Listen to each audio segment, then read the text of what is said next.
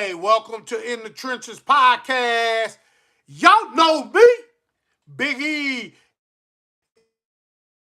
host. Hey, if you know that subscribe button, if you in the podcast, hit that like, hit that dislike, however you feel. Let everybody know it's In the Trenches podcast. It's at Big E 1385 YouTube videos. This is the aftermath from Thursday's. Washington was not victorious, but I'm still optimistic. I'm proud as ever. It don't matter to Big E. Let's huddle up. Let's discuss this. All right, so the aftermath. First of all, Washington's playing these top teams, the three teams that they lost to, very, very tough. It's just here and there. Defenses are doing Jaden Daniels a lot different, or scheming for him and Cliff Kingsbury a little different. These are elite defenses that he's been facing in the three losses, maybe the four losses, because they just wasn't ready week one. I mean, it's what it is. But what's on Big E's mind is a couple of things. Let me start with the good thing. The positive is this team, maybe this roster needs work, and we all knew that. But to get 7 dubs, that means 7 wins, should be very, very, very, very highly encouraged and thankful. Big E is. Losing is a part of the game, everybody. So, anyway, let me double down a little bit. I was going to get to the positive. Let me start with the negative because I'm pissed off. I don't understand where fucking people's mind goes. Washington, back-to-back losses this year. It took 11 weeks for them to suffer back-to-back losses. They are fine. They got 4 losses. They're 7-4. A lot of football left. But when assholes talking about Jaden Daniels is fraud or Washington is fraud, well, you know what? Fraud was 22 years ago. This is what I'm talking about.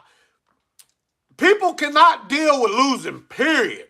I don't give a fuck what excuse you got. Losing comes with sports. Disappointment comes with life and sports. Now, you think fans want to do backflips when they lose? No. I get it. But the setup here, and yeah, there's been reports that people saying that he's fraud, and it's coming from the Washington fan base, maybe some talk shows. To me, if it is legit, y'all saying that, I'm calling y'all some stupid motherfuckers. For real. That's exactly what I'm calling y'all. Here's the thing. Y'all was all on Jaden Daniels' nuts when they was winning. And now that they lost back-to-back, people are talking shit. People don't know what the fuck they're talking about. Okay, Washington is in adversity mode. So what? So what? It happens. It's how they respond. Okay? Now, losing, the narrative is huge. Yes. Now, with a back-to-back losses again, like I said, motherfuckers want to talk about how fried the team is. Nah, this is my team and I back them. Hey, if the wheels fall off the rest of the year, so be it. 7-4, I take it. Where was they last year? 4 and what? 13, something like that. Okay, so don't sit up here and say this team's fried or Jaden Daniels fried, because the same people that was saying that probably was the same people all covered all over his nuts like chocolate covered nuts. You know what I'm saying? Y'all was all on that shit. So the turn, but keep walking. Keep walking. Don't ever come back if I had something to say about it. You're off the bandwagon, stay the fuck off of it. Okay? This is Big E's team. I love my squad. So what? 2 back-to-back losses. Oh, so be it. The season has been remarkable. The season is not even over. People act like this shit's dead. Nah. Last time I checked, we got Dallas, we got Tennessee, then we got our bye week. Then we pop off. I believe we hit Atlanta, Philly, and then I think we got New Orleans, then Philly, I think Atlanta, and then we finish up with Dallas. So there's a lot of football game left. What is that, 7 games, I believe? There's still football left. So I don't know. People just looking for any reason, I believe, to poke Washington. No matter what. No matter what. Fried, again, was 2 fucking decades under Dan Snyder watching that shit unfold. That's fried. This regime, Adam Peters and the coaches, Dan Quinn, and so on, they ain't taking time with these players. Okay? They teachers. Then they coaches. And who said that Washington was going to only lose 2 games anyway? Yeah. Who said that? Exactly. No one said Washington was going to go, 15-2? But even the fact that they're 7-4, live in the moment, be proud, and run with this. Because it didn't happen in 2 decades. I mean, maybe 1991 when Washington got off to a smoking start. I don't know. Not the 2 decades. I almost guarantee you that. They might have hit the playoffs in some of them, but there was reasons. But yeah, so it's what it is. You know, y'all got y'all's thoughts. My mindset is there's a lot of football. Washington, I believe, will get off this 2-game losing streak and make a push and make the postseason.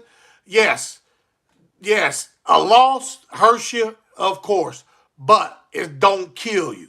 Not where they're positioned. They still in good shape. So I just wish people just chill the fuck out, and cause it's Washington, don't relive the past, okay?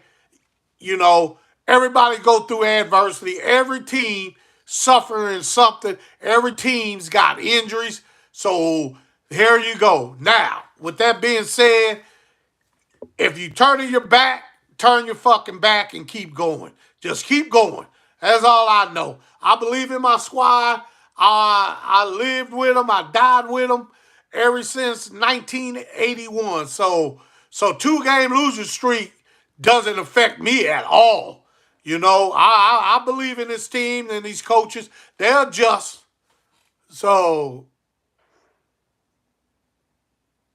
yeah. So anyway, that's where I'm at with it. And now, moving on to the positive. Hey, aftermath. The O-line was banged up, but they kept battling. Jaden Daniels, he was off. Yes, he did not have a Jaden Daniels day. People think them ribs are still bothering him. I noticed they keep putting a flap jacket or whatever every time he comes off. But that'll heal up. But it has to be with time. It will heal up. It will heal up. There's many bye and then play 2 games and then they'll have their whole week off. But I think you'll see a different quarterback feeling a hell of a lot better. So, and they're not excuses, there's reasons. So that receivers, they was blanking it. He had to dump off short. He didn't get a lot of time to hit deep because Philadelphia, give them credit, they did a good job taking away the outside receivers like Terry McLaurin. So what was JD5 supposed to do? Force feed it? Some say, yeah, throw him open, but you do that, you'll just throw picks and lose possessions more likely. So you taught to take the check down. When he did, he's got to hear about that shit, about how he didn't throw deep and all that. Well, if the ribs are bothering him, then let him heal. He took the check down, A lot of times, probably because nothing was fucking open deep. Eagles blanket those receivers. Shut them down. There's nothing else I can say. Now, on the other side, A.J. Brown or Devontae Smith didn't get off either. So I don't hear that shit. Probably because Philadelphia won. So, and which brings me to my thing, Mike Sanders still. What a draft pick. I don't want to jinx it, but I think he was targeted 5 or 6 times. A.J. Brown only 30 yards, 5 catches on Sanders still. So when Lattimore is fully ready to roll, me personally, Lattimore is a number 1 corner. Sanders your number 2. Let him fight it out for the slot. I like Noah I. Benjamin St. Jude's, you can sprinkle him in. And Mike Davis, you can sprinkle them in. But other than that, I think you found your legit number 2 corner in Mikey Sanders still.